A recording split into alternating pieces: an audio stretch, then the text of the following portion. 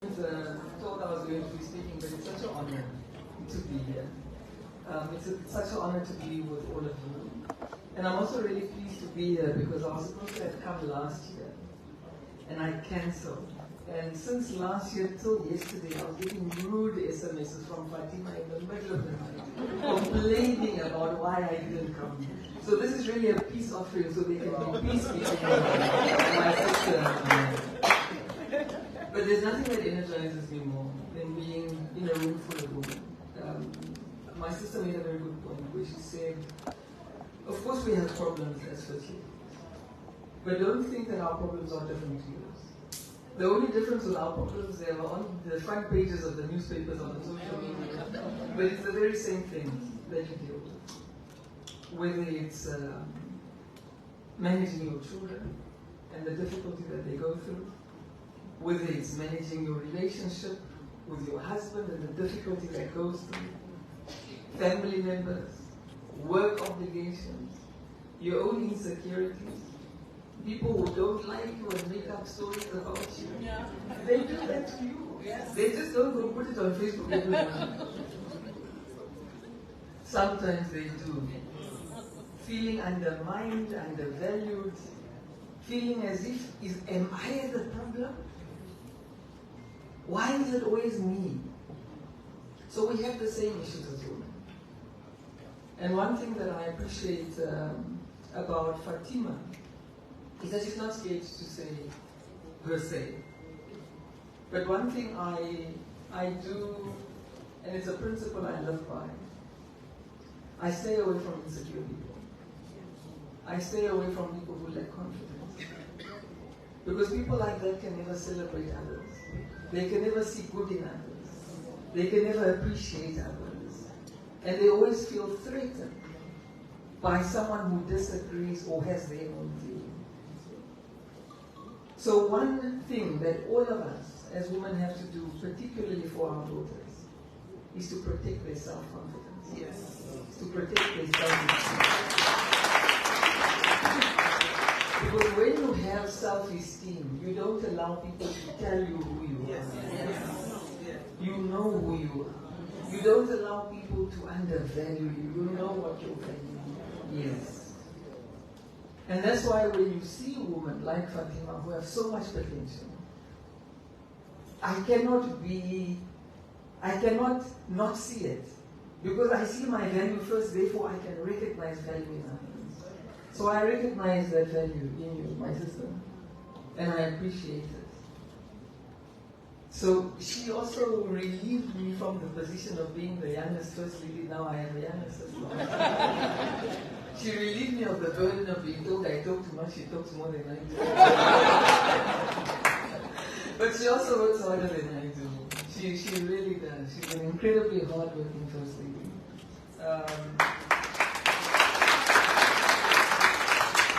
Yesterday I was in Addis Ababa. I'm the president of the Organization of African First Ladies, and before I tell you what happened in Addis Ababa, when I was elected the president of the Organization of African First Ladies, the first thing I did, I went home and I said to my husband, there's two presidents in this house now.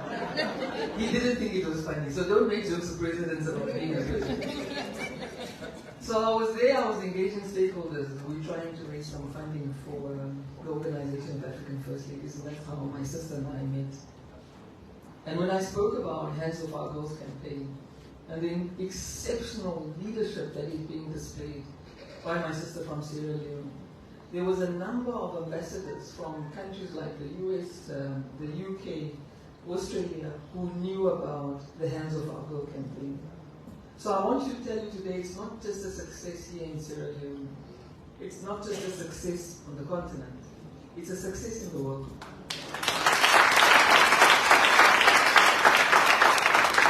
Because when the foundation is right, when the advocacy is sincere, and the experience is shared, you can only do great things.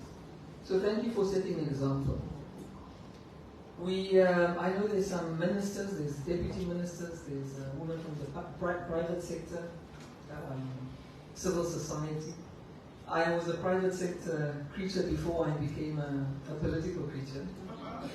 And I still don't really accept that I'm political. But the minute someone says, I'm not political, they're political. But I learned, I was a private sector leader, and we were very clear about what government didn't do, what government didn't know, what they bad at, what they should improve at. But when you go into government, you realize how complex the issues are. Yeah. I see this must be a minister. you realize that our colleagues from the private sector, we tend to see issues from a one-dimensional perspective. And when you're a repository of power, you're forced to look at it from different angles. Because it impacts so many different people. And that's why it's so important to have female representation at the table, in order for us to get the full spectrum of views as well. I look at the uniforms on my right. The environment you work in is not easy. Very hierarchical environment.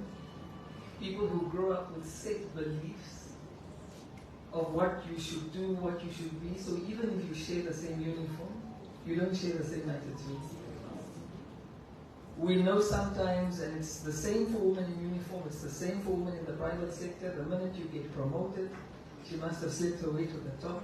She must have done this, she must have done that.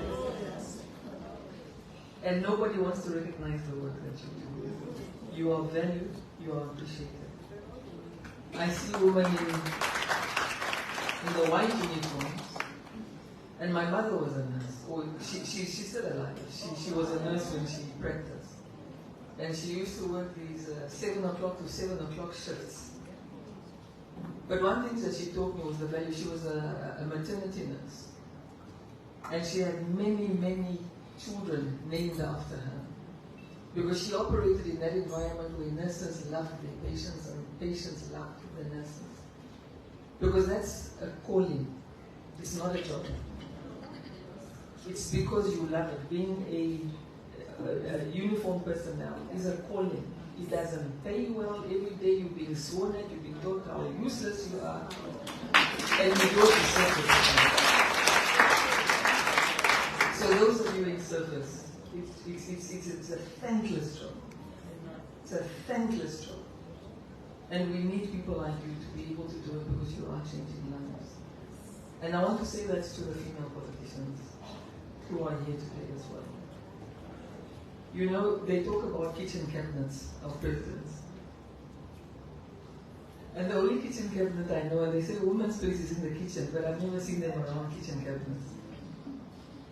And as first ladies, we are not politicians. But Fatima, we have an obligation to bring the women in their cabinets closer to them.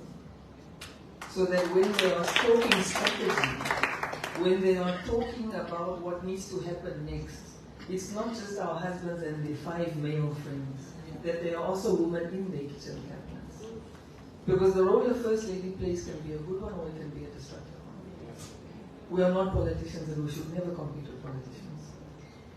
Being politicians is elected, we are unelected. We have our own mandate, we have our own power. My son likes to tell me when I get too much in his business, let me stay in your lane. So I stay in my lane, I run very well in my lane, I'm very fast, I'm very agile, but in my lane. But I also have a responsibility to pull everybody with me, not to compete. So as First Ladies, we must have a no-compete agreement with all of you. Because you must do what you have to do, we must do what we have to do.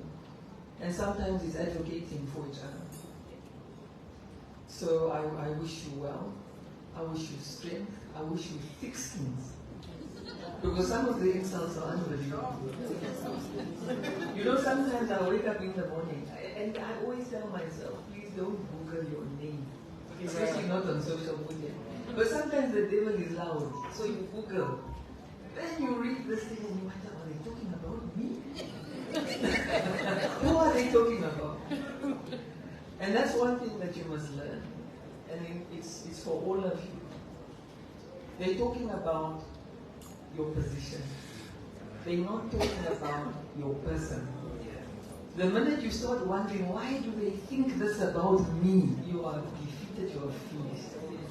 Except that some things come with your position. They don't know who you are. They don't know your person. So I've learned to depersonalize what people say. and realize those are things for the First Lady. They are swearing at the First Lady, they're not swearing at money. So depersonalize. I would also like to thank my sister. We had a lovely conversation. It is political maturity in your friendship with the First Lady. Politics can get toxic. It destroys relationships, in friendships, in families. And I think it's up to women for us to show you can disagree politically, but maintain a respect for relationship with each other. So thank you, the two of you, for the incredible. I know that your colleague, your successor is here. They were bantering in the speedboat here, and it was really pleasant to see it. That's how it should be. It was a pleasure to play with you as well. She just kept on laughing and teasing her back. It served you, and she also looked for trouble. And then, of course, the Minister of Environment and Tourism, who did what tourism ministers do and sold Sierra Leone very well. Her and I have a deal. She'll come to Namibia after a delegation of Namibians will be here in Sierra Leone. Come to Sierra Leone first. And I want to speak on behalf of those Namibians. I know quite a few of them. One is even our Prime Minister. And the age cohort is about, 54 years old to about 57. And all of them till now speak very, very fondly of their time in Sierra Leone. The warmth, the love, the compassion, the hospitality, which I myself am experiencing. Another thing we share in common with Sierra Leone is, like yourselves, Namibia is also a post-conflict society.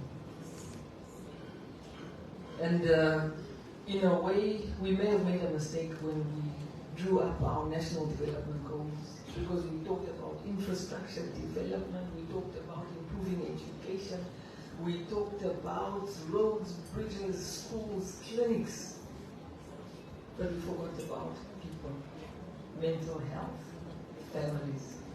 Because one thing about post-conflict societies, family and societal dysfunction, violence, anger, including sexual violence. Families that are split apart, and I don't know about Sierra Leone, but certainly in Namibia, fatherlessness, and the role that absent fathers play in destroying the lives of the young children. The boys are angry and resentful, and the girls look for love and fathers in the wrong places. And these are issues that we can deal with mutually. Our issues are similar. Our issues are similar. So I'm thankful for all of you. I'm thankful for the invitation, my sister. And thank you. I'm thankful for your brothers here who are here to support you. And I look forward to tomorrow. I see the people from Hands Off Our Girls campaign are here. You really are the grassroots mobilizers. All of us rely on people like you.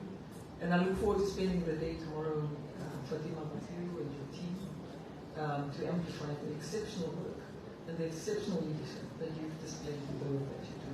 Thank you very much.